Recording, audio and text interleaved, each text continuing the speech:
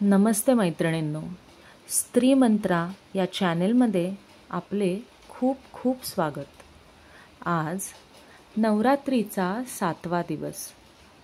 आज माता कालरात्रीची पूजा करण्याचा दिवस.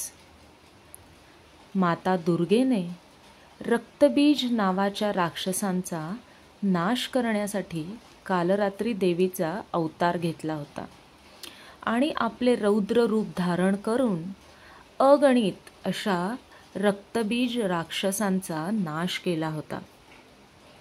मैत्रिणींनो, चला तर ऐकूया कालरात्री मातेची आधुनिक कहाणी. कल्याणी एक सुसंस्कृत, शांत आणि गुणी मुलगी. ती आपल्या पती व मुलासोबत आनंदाने राहत होती. कल्याणीने नवीन ऑफिसमध्ये नोकरी धरली होती. भरपूर मोठे ऑफिस होते आणि सहकारी देखील भरपूर होते. छोट्या ऑफिसमधून मोठ्या कंपनीत आल्यामुळे तिला छान वाटत होते. छान मित्रमैत्रिणी मिळतील आणि नवीन कामही शिकायला मिळेल या उद्देशाने ती मोठ्या कंपनीत रुजू झाली होती. सर्वांशी ओळख करून घेण्यात, काम शिकून घेण्यात तिचा दिवस पटापट संपत होता. तिचे वरिष्ठ सहकारी देखील सुस्वभावी वाटत होते. कल्याणीला तिथे भरपूर मैत्रिणी मिळाल्या आणि 1-2 महिन्यातच तिच्या हे लक्षात आले की आपले वरिष्ठ अधिकारी आणि त्यांच्यामुळेच काही पुरुष सहकारी देखील येथील महिलांना त्रास देतात. शारीरिक मानसिक अस्वस्थता निर्माण होईल असे वर्तन करतात. काही जणींना तर हा अनुभव नियमित येत होता.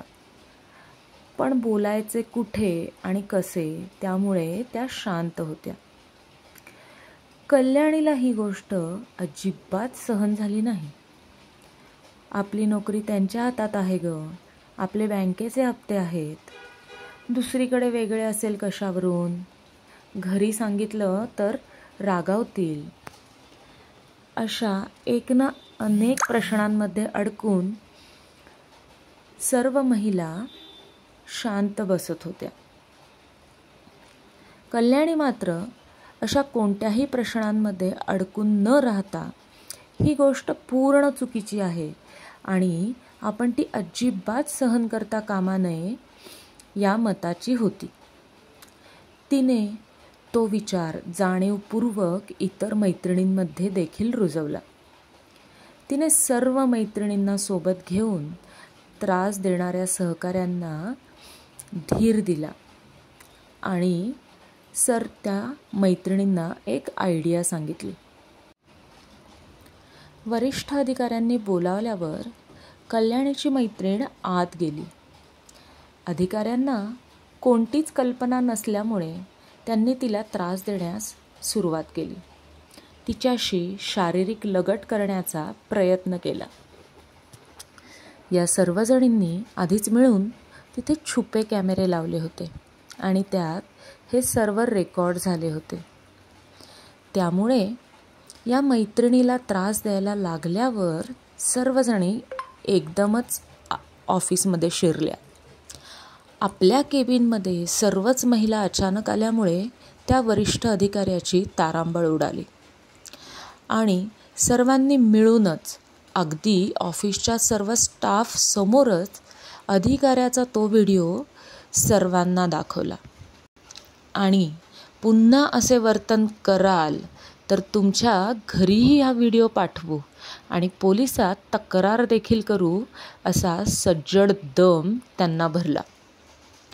त्याचसोबत इतर पुरुष अधिकाऱ्यांना देखील, पुरुष सहकाऱ्यांना देखील तंबी देण्यात आली. त्यामुळे ज्या महिलांना त्रास होत होता त्या निश्चिंत झाल्या. मैत्रिणींनो, हा सर्व फरक कल्याणीच्या आत्मविश्वासाने आणि धैर्याने झाला.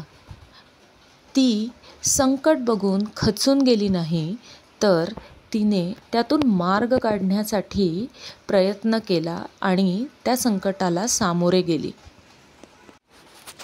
सर्व मैत्रिणींनी आणि इतर सहकाऱ्यांनी देखील कल्याणीचे खूप खूप कौतुक केले. वरिष्ठ अधिकारी खजील झाल्यामुळे त्यांनी देखील कल्याणीची आणि इतर महिलांची माफी मागितली. मैत्रिणींनो, स्त्री मंत्रा या चॅनेलवरील 7व्या दिवशीची ही गोष्ट तुम्हाला कशी वाटली हे नक्की कळवा. त्याचसोबत आपल्या आजूबाजूला होत असलेला अन्याय सहन केल्यामुळे रक्तबीजासारखे असंख्य राक्षस निर्माण होतात. त्यांची भीड चेपल्यामुळे ते असंख्य महिला, मुली यांना त्रास देतात, त्यांच्यावर जबरदस्ती करतात. आज माता काल रात्रीला नमन करून नतमस्तक होऊन आपण ही प्रतिज्ञाच करूयात की आपण असा अन्याय सहन करणार नाही आणि इतर मुली, महिला यांनाही तो सहन करू देणार नाही. मैत्रिणींनो, जीवनात कितीही अंधार असला, कितीही भीती, संकटे आली तरी जर आपण धैर्याने त्याचा सामना केला तर ते संकट नक्कीच दूर होते. प्रत्येक स्त्रीच्या आत काल रात्री देवीचे तेज आणि सामर्थ्य दडलेलेच आहे. अंधार आपल्याला नाही तर आपणच अंधाराला हरवू शकतो. या आत्मविश्वासाचे बीज आज आपण आपल्या मनात पेरूया.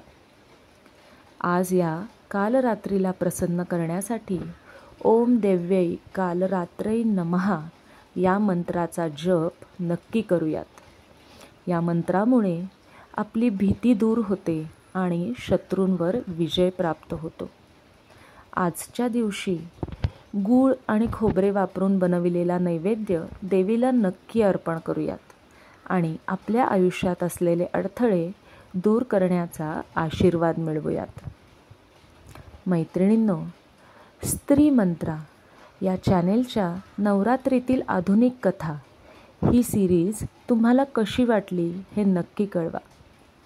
तुमच्या ओळखीतील महिला, मैत्रिणी, बहिणी यांना ही गोष्ट नक्की शेअर करा. स्त्री मंत्रा या चॅनेलला लाईक करा, शेअर करा, सबस्क्राईब करा. आपण भेटूयात उद्या नवरात्रीच्या 8व्या दिवशी एक नवीन आधुनिक कथा घेऊन. तोपर्यंत धन्यवाद.